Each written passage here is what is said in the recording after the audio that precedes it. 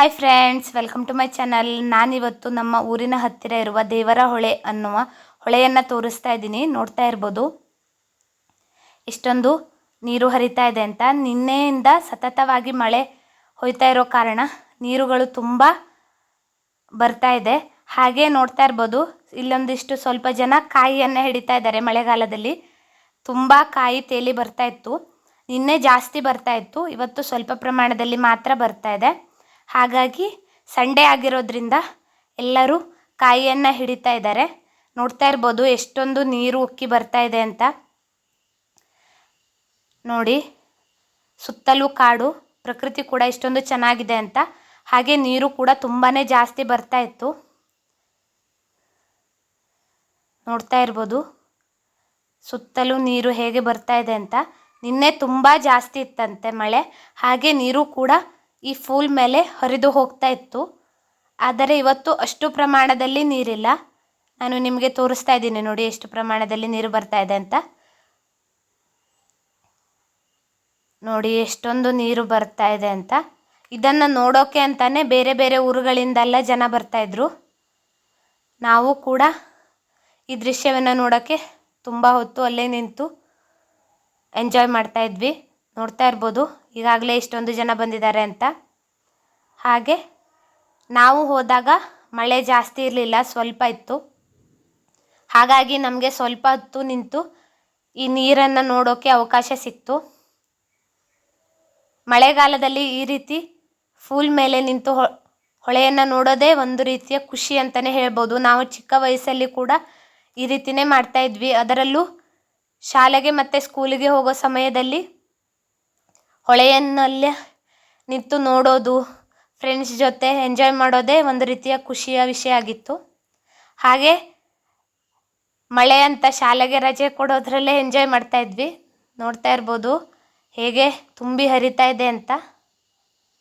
ಎಷ್ಟೊಂದು ನೀರು ತುಂಬಿ ಬರ್ತಾ ಇದೆ ಅಂತ.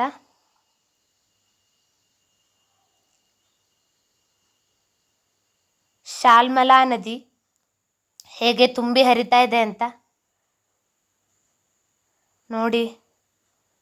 ಸುತ್ತಲೂ ಹೇಗೆ ಮೋಡ ಕವಿದ ವಾತಾವರಣ ಆಗಿದೆ ಅಂತ. ತುಂಬ ನೀರು ಬರ್ತಾ ಇತ್ತು. ನಾನು ನಿಮಗೆ ಡೀಟೇಲ್ ಆಗಿ ವಿಡಿಯೋವನ್ನು ತೋರಿಸ್ತಾ ಇದ್ದೀನಿ. ನಿಮಗೆ ನಾನು ಹಾಕೋ ವಿಡಿಯೋ ಇಷ್ಟ ಆದರೆ ಲೈಕ್ ಮಾಡಿ, ಶೇರ್ ಮಾಡಿ, ಕಮೆಂಟ್ ಮಾಡಿ, ನನ್ನ ಚಾನಲ್ಗೆ ಸಬ್ಸ್ಕ್ರೈಬ್ ಆಗಿ. ನೀವು ಈ ರೀತಿ ಸಬ್ಸ್ಕ್ರೈಬ್ ಆಗಿ ಲೈಕ್ ಮಾಡೋದ್ರಿಂದ ನನಗೆ ಇನ್ನಷ್ಟು ವಿಡಿಯೋ ಮಾಡೋಕ್ಕೆ ಪ್ರೋತ್ಸಾಹ ಸಿಕ್ಕ ಹಾಗೆ ಆಗುತ್ತೆ. ನೋಡ್ತಾ ಇರ್ಬೋದು ಎಷ್ಟೊಂದು ನೀರು ಹರಿತಾ ಇದೆ ಅಂತ. ನಿಮ್ಮ ಕಡೆನೂ ಇದೇ ರೀತಿ ಮಳೆ ಆಗ್ತಾ ಇದೆಯಾ, ಈ ರೀತಿಯೇ ನೀರುಗಳು ತುಂಬಿ ಹರಿತಾ ಇದೆಯಾ ಅಂತ ಕಮೆಂಟ್ ಮಾಡಿ. ನೋಡ್ತಾ ಇರ್ಬೋದು ತುಂಬ ಜನ ಈ ರೀತಿಯ ಹೊಳೆಗಳನ್ನು ನೋಡಿರೋದಿಲ್ಲ, ಎಷ್ಟೊಂದು ಹೊಳೆಗಳಿದೆ ಅಂತ. ಅದರಲ್ಲೂ ನಮ್ಮ ಊರಿನಲ್ಲಿ 3ರಿಂದ 4 ಹೊಳೆಗಳು ಇವೆ. ಈ ರೀತಿ ನೋಡ್ಬೋದು ನಾವು. ಹಾಗೆ ನನ್ನ ನೆಕ್ಸ್ಟ್ ವಿಡಿಯೋ ನಾನು ಸಹಸ್ರಲಿಂಗದಲ್ಲಿ ಕೂಡ ಯಾವ ರೀತಿ ಮಳೆ ಹರಿತಾ ಇದೆ, ಹಾಗೆ ಯಾವ ರೀತಿ ಹೊಳೆ ತುಂಬಿ ಹರಿತಾ ಇದೆ ಅಂತ ಹಾಕ್ತೀನಿ. ಅದನ್ನು ಕೂಡ ನೀವು ನೋಡಿ. ಈ ರೀತಿ ಮಳೆ ಆದರೂ ಕೂಡ ಪ್ರವಾಸಿಗರು ಬರೋದು ಸ್ವಲ್ಪ ಕೂಡ ಕಡಿಮೆಯಾಗಿಲ್ಲ. ಆದರೆ ಅವರಿಗೆ ಒಂದು ಮುನ್ನೆಚ್ಚರಿಕೆ ಏನು ಅಂದರೆ, ದಯವಿಟ್ಟು ಯಾವುದೇ ರೀತಿಯ ಸಾಹಸವನ್ನು ಮಾಡೋಕ್ಕೆ ಹೋಗಬೇಡಿ. ನೋಡ್ತಾ ಇರ್ಬೋದು ಎಷ್ಟೊಂದು ನೀರು ತುಂಬಿ ಹರಿತಾ ಇದೆ ಅಂತ.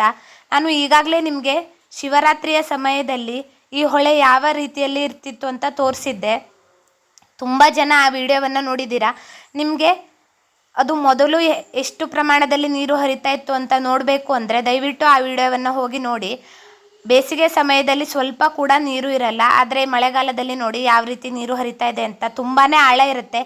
ಈ ರೀತಿ ನೀರಿನ ಜಾಗಕ್ಕೆ ಹೋಗುವಾಗ ನಿಮ್ಮ ಮಕ್ಕಳನ್ನು ಆಗಿರ್ಬೋದು ಅಥವಾ ನಿಮ್ಮ ಮನೆಯವರಾಗಿರ್ಬೋದು ತುಂಬ ಸುರಕ್ಷಿತವಾಗಿ ಇರಿ. ಹಾಗೆ ಹೊಳೆಗಳಿಗೆ, ನದಿಗಳಿಗೆ ಇಳಿಯೋಕ್ಕೆ ಹೋಗಬೇಡಿ. ನೀರಿನ ಹರಿವು ಎಲ್ಲಿ ಹೇಗೆ ಇರುತ್ತೆ ಅಂತ ಹೇಳೋಕ್ಕಾಗಲ್ಲ. ಅದರಲ್ಲೂ ಪ್ರಾಣಾಪಾಯ ಆಗೋ ಚಾನ್ಸಸ್ ತುಂಬಾ ಇರುತ್ತೆ. ನಾವು ಕೂಡ ದೂರದಿಂದಲೇ ನೋಡಿದ್ದು, ಹತ್ತಿರ ಹೋಗಿಲ್ಲ.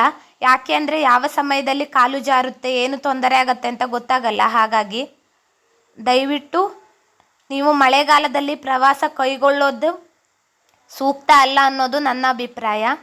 ನೋಡ್ತಾ ಇರ್ಬೋದು ಎಷ್ಟು ಪ್ರಮಾಣದಲ್ಲಿ ನೀರು ಹರಿತಾ ಇದೆ ಅಂತ ನಾನು ಈಗ ನಿಮಗೆ ಡೀಟೇಲ್ ಆಗಿ ತೋರಿಸ್ತಾ ಇದ್ದೇನೆ. ಇಲ್ಲಿಂದ ನೋಡಿ ಎಷ್ಟು ಚೆನ್ನಾಗಿ ಕಾಣಿಸ್ತಾ ಇದೆ ಅಂತ.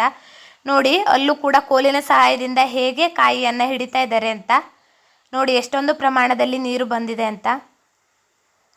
ದಯವಿಟ್ಟು ಈ ರೀತಿಯ ನೀರಿನ ಜಾಗದಲ್ಲಿ ಹೋದಾಗ ಯಾವುದೇ ರೀತಿಯ ಸಾಹಸವನ್ನು ಮಾಡೋಕ್ಕೆ ಹೋಗಬೇಡಿ. ನಿಮಗೆ ಈಜು ಬಂದರೂ ಕೂಡ ಈ ರೀತಿಯ ನೀರಿನ ಹರಿವು ಇದ್ದಾಗ ಈಜೋಕ್ಕೆ ಸಾಧ್ಯ ಆಗಲ್ಲ.